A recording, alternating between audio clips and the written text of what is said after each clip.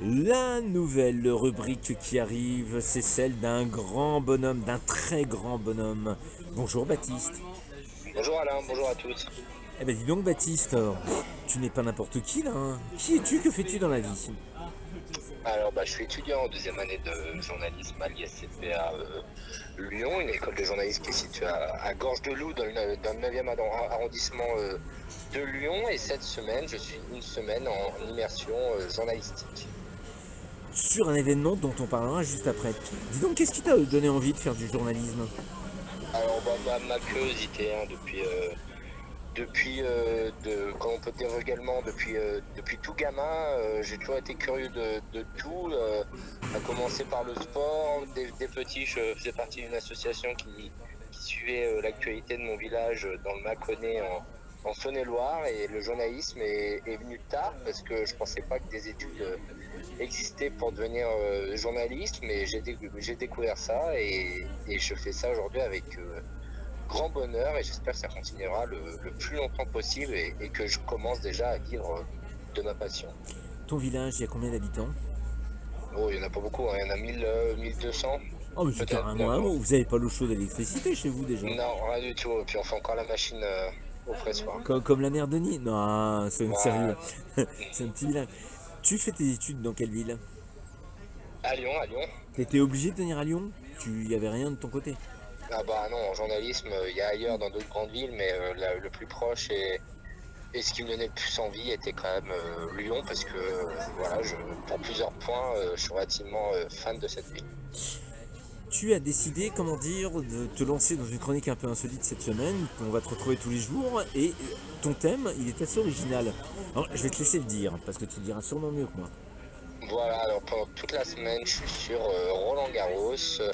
Je suis au sein d'une agence d'événementiel, et je travaille sur, pas l'aspect sportif de Roland Garros, mais l'aspect financier, parce qu'il y a un réel aspect financier, avec comme problématique Roland Garros, village de marque, point d'interrogation. J'essaye de répondre à cette problématique. Attends, excuse-moi, mais c'est quoi? Enfin, c'est qui ou c'est quoi ce Roland Garros là? Roland Garros, c'est 2 semaines, c'est une quinzaine de matchs internationaux, un tournoi du Grand Chelem. Ah, c'est du foot? Comment... Ouais, non, bah non, je m'intéresse au tennis aussi. Ah, mais c'est Je du m'intéresse pas tennis! beaucoup. Voilà, tout à fait. Je m'intéresse au tennis, voilà, et donc sur cet aspect financier, parce que c'est quand même un tournoi majeur, un des 4 tournois du Grand Chelem qui brasse une quantité importante d'argent. Alors, c'est compliqué d'avoir les chiffres, mais se rendre compte de comment un tournoi vit et comment sont exposées les marques sur tout ce campus, sur tout ce domaine pendant ces 15 jours. C'est-à-dire qu'en fait, tu ne vas quasiment pas aller voir un match. Honnêtement, là, ça fait 48 heures que j'y suis. Je suis allé voir un match sur le cours numéro 1. Ah, quand même, t'as eu le temps. Ouais, ouais, je suis resté 20 minutes. Ah, bah ça a été un match très rapide alors. Oui, oui, il y a possibilité de tourner tous les changements de côté, tous les 3 jeux, quand la somme des jeux est impaire. Du coup, on peut sortir, rentrer D'accord. très facilement. C'est quoi cette idée d'aller faire découvrir les coulisses d'un tournoi du Grand Bah, Chelem comme Roland Garros? bah, Écoutez, nous en mission deuxième année d'école, on a une immersion en entreprise. Donc j'ai tenté d'autres choses qui n'avaient rien à voir dans d'autres domaines pour essayer de faire cette immersion. Et puis je suis tombé là-dessus. J'ai contacté une agence d'événementiel, et j'étais plutôt partant pour le projet, même si sur le papier c'était un peu compliqué dès le départ, pour des raisons administratives, mais aussi de confidentialité. Et parce que c'est vrai qu'au niveau de la fédération, je ne suis pas déclaré comme journaliste. Mhm. Mais on essaye d'avoir des informations comme on peut. Et c'est vrai que découvrir c'est la première fois que je venais à Roland Garros, et découvrir les coulisses du tournoi autrement que le côté sportif qui est connu de tous et qui est connu à l'international. Je trouvais ça intéressant de faire découvrir les coulisses au grand public, et leur faire découvrir que Roland Garros, c'est pas juste une quinzaine de cours et 2 personnes à chaque fois qui tapent la petite balle jaune. Ouais, il n'y a pas que Rafael Nadal, il n'y a pas que bien d'autres, Voilà. on est bien d'accord. Le plus compliqué, c'est quoi? C'est de, d'y accéder, c'est de pouvoir trouver le bon interlocuteur, c'est trouver le bon sujet. Bah, le plus compliqué, une fois que le sujet est trouvé, c'est trouver le bon interlocuteur. Surtout comme je le disais précédemment, hein, moi là-bas, je suis là comme quelqu'un de l'agence événementielle. Je suis pas là comme un journaliste. Donc oui, on se fait passer pour quelqu'un du grand public après et on pose des questions comme monsieur tout le monde. Alors des fois ça étonne, des fois ça surprend qu'une personne lambda pose ces questions-là, mais l'objectif c'est de comprendre comment ça marche, comprendre pourquoi les gens sont là, que ce soit derrière leur comptoir de vente ou que ce soit même en interrogeant des visiteurs et comprendre eux pourquoi ils achètent et eux pourquoi ils vendent ou même pourquoi ils offrent des fois parce que le stand dans lequel je suis intégré c'est vraiment de l'offre, hein, c'est un stand Tropicana où ils font déguster toute la journée du jus de fruits au public.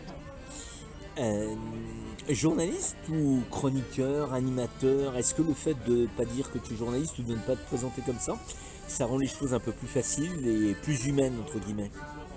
Alors plus humaine oui, même si au début ça surprend, hein, comme je le disais précédemment, parce que voilà, une personne lambda, je sais pas, un ingénieur qui se rend sur Roland Garros, je pense pas qu'il ait pour habitude ou qu'il ait l'envie de poser ce genre de questions Oui, à différents interlocuteurs. Donc oui, ça peut rendre les choses plus faciles parce que des fois l'étiquette de journaliste impressionne, fait tout à peur, fait, exactement.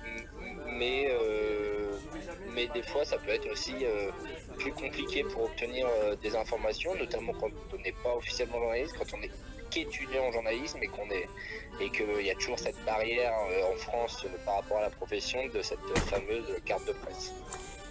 Est-ce que c'est pas plus compliqué de dire étudiant journaliste plutôt que journaliste?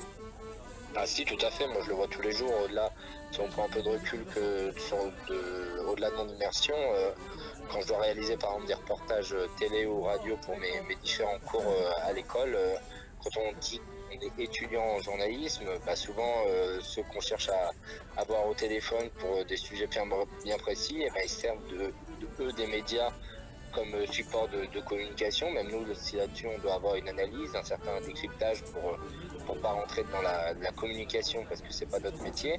Mais eux, si c'est pas diffusé, des fois ça ne les intéresse pas. Pourquoi tu aurais pu choisir un autre événement? Pourquoi un si petit événement que représente l'un des quatre grands Alors, tours? Voilà. oui, ouais, non, tout à fait, c'est une très bonne question. C'est vrai que c'est impressionnant sur le papier. Roland Garros, du peu que j'ai vu en 48 heures, c'est une usine. Hein, ça brasse énormément de monde. Hmm. Bon, même en arrivant le matin, ce matin, je suis arrivé à 7 heures du matin, il y a déjà les coulisses, on peut dire, Oui. les gens de l'ombre qui travaillent. Et puis Mhm. ça travaille, et les gens travaillent jusqu'à 21 heures, même le soir. Les stands ferment sous consigne de la fédération, les stands ferment à 20 heures. Donc, c'est vrai que ça brasse énormément de personnes. En moyenne, c'est 30 000 sur le stand Tropicana. En période de match, c'est 30 000 personnes par jour sur le stand. Alors que, par exemple, en guise de comparaison, lors des qualifications, donc par exemple, la semaine dernière, c'est seulement 5 000 personnes par jour. Donc, c'est vrai que ça brasse une quantité de personnes assez impressionnantes. Et puis, c'est quelque chose c'est une renommée. Roland Garros, c'est un nom, ça mérite d'être découvert sous son autre facette, je trouvais. Et il est là, notre rôle de journaliste, au-delà de mettre des choses en avant qui sont connues de tous, c'est important, mais il faut mettre aussi, parler des gens de l'ombre, parler de ce qui se fait derrière pour en parler au grand public et leur faire découvrir autre chose de ce qu'ils connaissent déjà, les lignes blanches sur la terre ocre de Roland Garros. On a le plaisir on a le plaisir de te retrouver demain. Eh ben, avec grand plaisir, Et Alain. on parle de quoi? Des gens de l'ombre justement? De ces petites De, fourmis qui de, agissent? demain, on parlera des gens de l'ombre et puis on commencera à faire un focus sur les différentes marques qui sont présentes sur Roland Roland-Garros et notamment des marques historiques, pour en citer qu'une, comme Lacoste ou même une deuxième, on peut, ou Perrier. Eh ben, rendez-vous demain. Eh ben, avec plaisir, à demain.